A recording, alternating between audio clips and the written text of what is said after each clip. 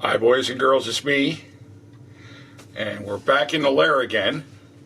And before we get started on this video, I've been very, very busy lately, so please forgive me for not, you're not seeing any new videos, but that's because I've been pretty busy down here. And really, I should be doing some other things. I got a lot of radios to work on here, but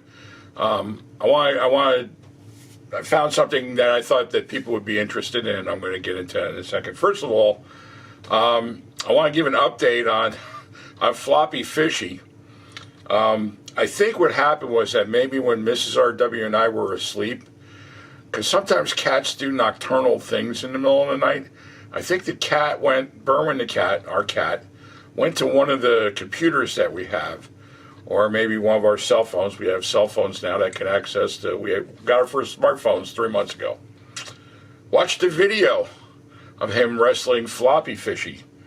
And if you remember at the end of the video, I said that Floppy Fishy won. I think he may have taken exception to that and decided to wrestle Floppy Fishy to the point where Floppy Fishy doesn't flop anymore. In taking it apart, there's basically a piece that connects to what looks like a polypropylene tail, and that's what flops the tail around and teases the cat. And he slammed the housing where the motor is so hard that it actually bent the plastic. It was really bizarre. It actually stressed the plastic to the point where the motor, which turns a number of gears, there's like 3 gears in this thing before it gets to the mechanism that flops the tail. It threw it so far out of whack that I couldn't get it straightened back out. So I wanted to take a moment of silence to, first of all, pay respects to Floppy Fish. So just, if you could go with me on that, and we'll get started.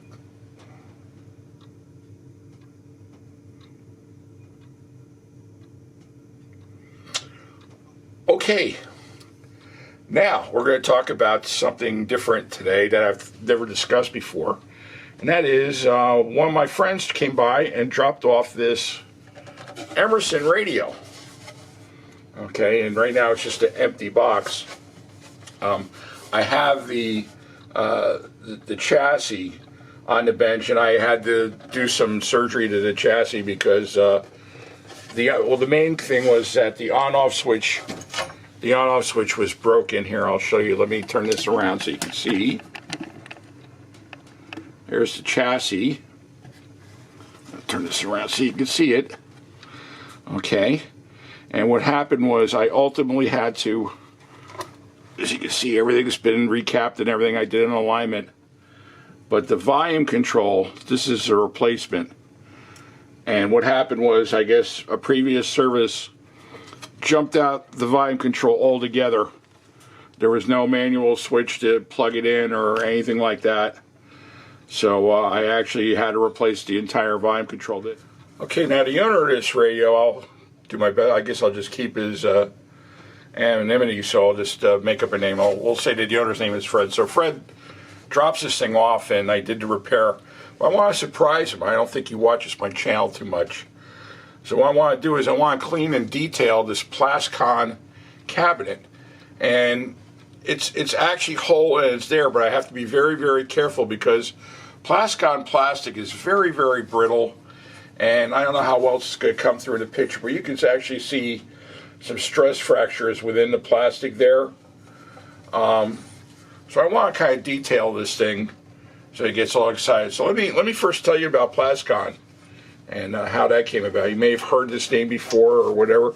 All it refers to is the type of plastic that the radio is made of, and it's just basically a trade name.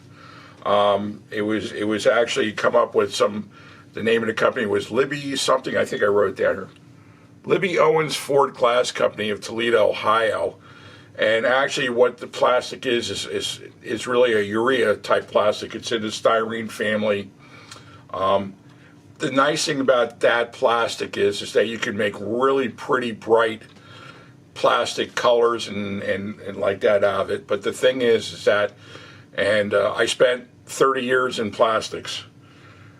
I don't know why, but I did. But it all worked out in the end. I'm still here, and it's all good. You always get those stress fractures because I think that there's not a lot of rubber in the plastic, so the plastic becomes very, very brittle. So to find, like there are a number of radios that were made by Emerson, and I think Addison was one. Remler, which is a West Coast manufacturer of radios. Remler were the ones that have the little Scotty dog on it.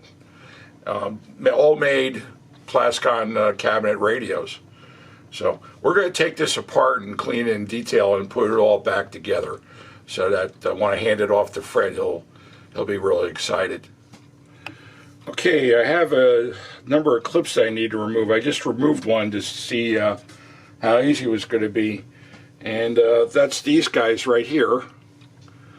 And it's just a number of clips that are holding this cardboard ring in place. This is, I guess, a gasket so that the speaker sits up against it.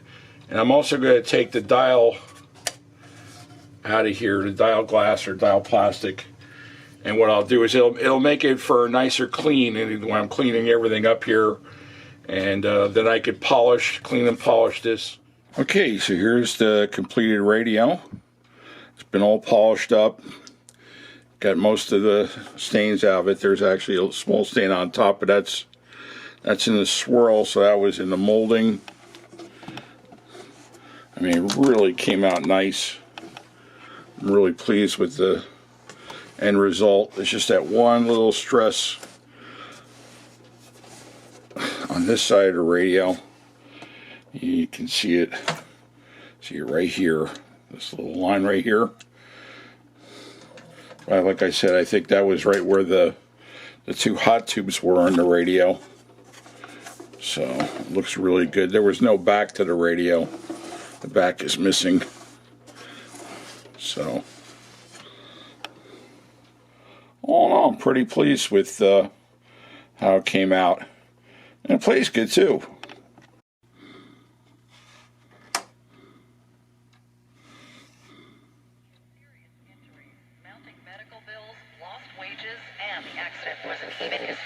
I'm so sorry. I think he needs a lawyer, don't you? Well, the insurance company for the other person says he doesn't need a lawyer. Are you kidding me? He needs to call my lawyer. Can't speak in it. WOR, looking at it realistically, has realized that we must, nay, indeed, all of us, you must have an outlet. You must be able to, from time to time, tell them what it's all about. Give it to them. Don't stand still for nobody. Once again, the science of electronics brings deeper and richer meaning to your lives.